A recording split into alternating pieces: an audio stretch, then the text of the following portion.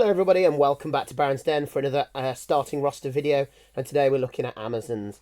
And I've deliberately chosen Amazons because I'm trying to squeeze this video in amongst other things I'm doing, and I thought Amazons should be fairly easy because they've not got many different player types. They've got no big guys, for example, and I think they're pretty cheap, so they get everything they want. So I think you can get some pretty good starting rosters straight out the box. So let's get into it. So, hopefully I've done my maths right. I have done this one in a rush, so apologies if there are any mistakes in there. But from what I can see, if you want to run your entire starting box of players, so that's 6 Eagle Warrior Linewomen, 2 Python Warrior Throwers, 2 Piranha Warrior Blitzers, and 2 Jaguar Warrior Blockers, with 2 rerolls, you can do that for 980,000. So that's not a bad starting point, is it? Only 2 rerolls, but all of your positionals. And with Amazons being lower armour, it might not be a bad thing to have a spare player. But obviously, that's just one option. Option 2, so in roster B, you can actually drop one of your line women and go for that third reroll. Only 11 players out the gate, but it might be a good to start with that third reroll so you're not having to try and save up for it within your either league or ladder. So that's probably the one I like the most. But of course, if you want to, you can go for an apothecary instead. So here is still the 2 rerolls, still the 5 line women as opposed to the 6, but instead you're using an apothecary.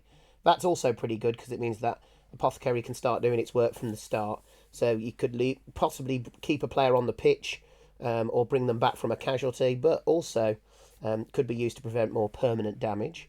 But of course, they're not given as apothecaries. We have to remember that. You could end up rolling just as bad. So that's roster B.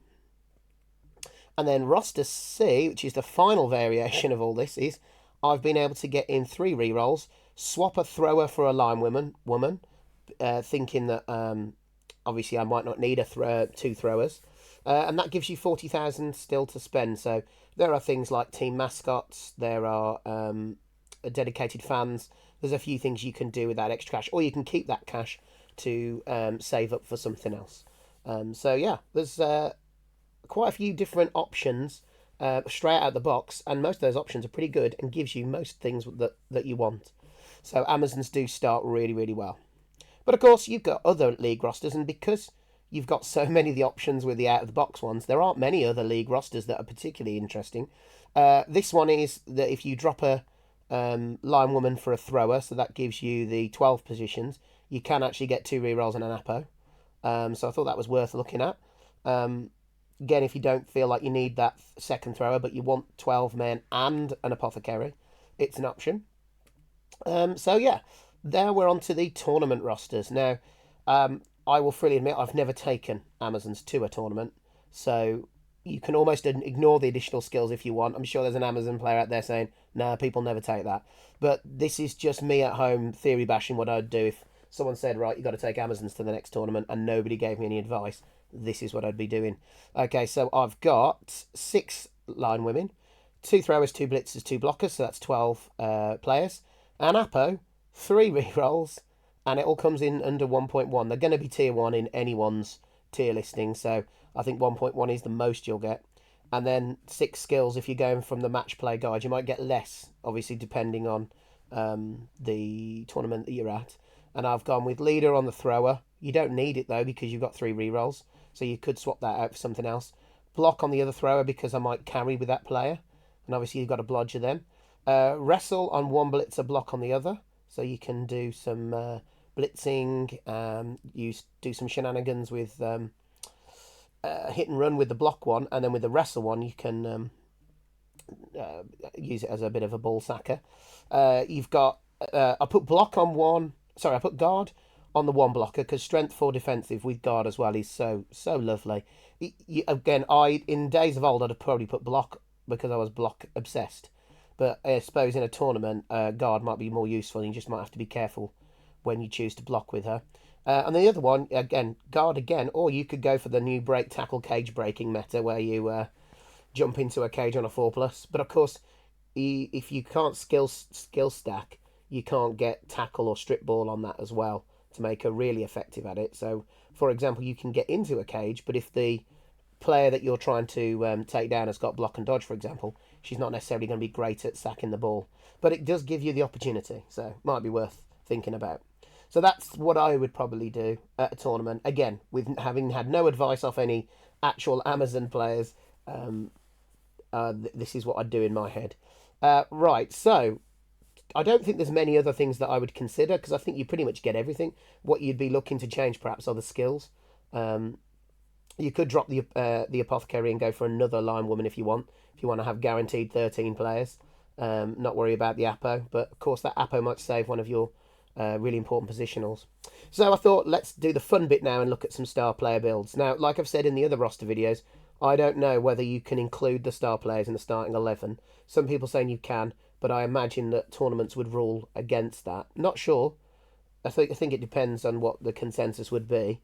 So I'm going with the basis that you can't include them in the 11, but if you can, then you could possibly drop some line women if you wanted to give you some extra stuff to play with. Maybe probably that you'd put into re-rolls with these star player builds, but you could also be glad of having the extra players. So that this, for example, is a 13-man roster, and playing as Amazons, that's not necessarily a bad thing to have. So just worth thinking about. So this one, you're getting your 5 line women this time. 2 throwers, 2 blitzers, 2 blockers. You're getting dribble and drool, and you get 1 reroll only for 1.1. Variations on this, I did look at only having 1 thrower, but you only get 30k back for that. And I don't think there's much you could do. You could perhaps go for a drop thrower for a line woman and take a team mascot perhaps as a way of getting pseudo second reroll. But if you put leader on, I've gone for 4 skills because two are taken up for the star player skill point. Sorry, and there's just some variations on some skills you can take. You're probably going to still want to skill up your blockers. You might want wrestle or block on one of your blitzers, and then I've just put one on with leader to try and give you that second reroll. I don't think it's a bad build because dribble and draw are brilliant, but the slight nerf, I shouldn't say slight nerf because some people think Sneaky Git's dead now, but the nerf that Sneaky Git took might mean that dribble and draw aren't as potent as they used to be, but I still think they're pretty good. So that's dribble and draw. We've also got Estelle Lavenot, who has got a very good special ability. I've forgotten what it is now off the top of my head. Is that the one where she can just distract somebody, curse them or something? Something like that. She comes with guard, so she's not bad. She's 190, which means you can get your second reroll in, but essentially, and you only get 1 thrower. So because she's that little bit cheaper, the exchange that I said you could in the last roster by swapping a thrower for a line woman to give you potentially a team mascot, now you can get a full reroll. So 2 rerolls and leader. So that's not bad. Anki Panky, it's the same build, but you've swapped in Anki Panky for Estelle because they're the same cost. So again, not bad. A Carla Von Kill build. Now, Carla's annoying because she's 210. She's kind of in between. So you get 1 reroll and then 50k to spend. So you're just short of that second reroll. But you could drop your throwers altogether and go for line women, and then you could have your second reroll. You could put a team mascot in. You could put an apothecary in. So there's a few things that you can do with that spare 50k's worth of cash. But you can get Carla into a build, and she is pretty good. Boa Constrictor, if you want to give the Snake Man a go. He's 180, so he's a little bit cheaper than Anki Panky and Estelle Lavenot. So he gets you get 20k left over with 2 rerolls and your 1 thrower.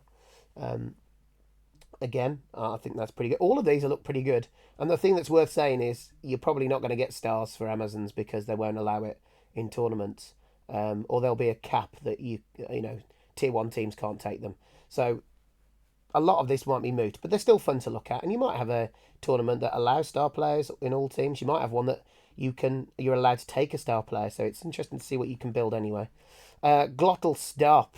This is if you want your big guy, if you want your Bertha Big Fist, who's not quite Bertha Big Fist, 260k means you can get 1 reroll, you get the 1 thrower 11 player build, yeah, it's 1.1, so not bad really. You get, if you can put leader on your thrower, you still get 2 rerolls, so pretty tasty with Glottal Stop in there.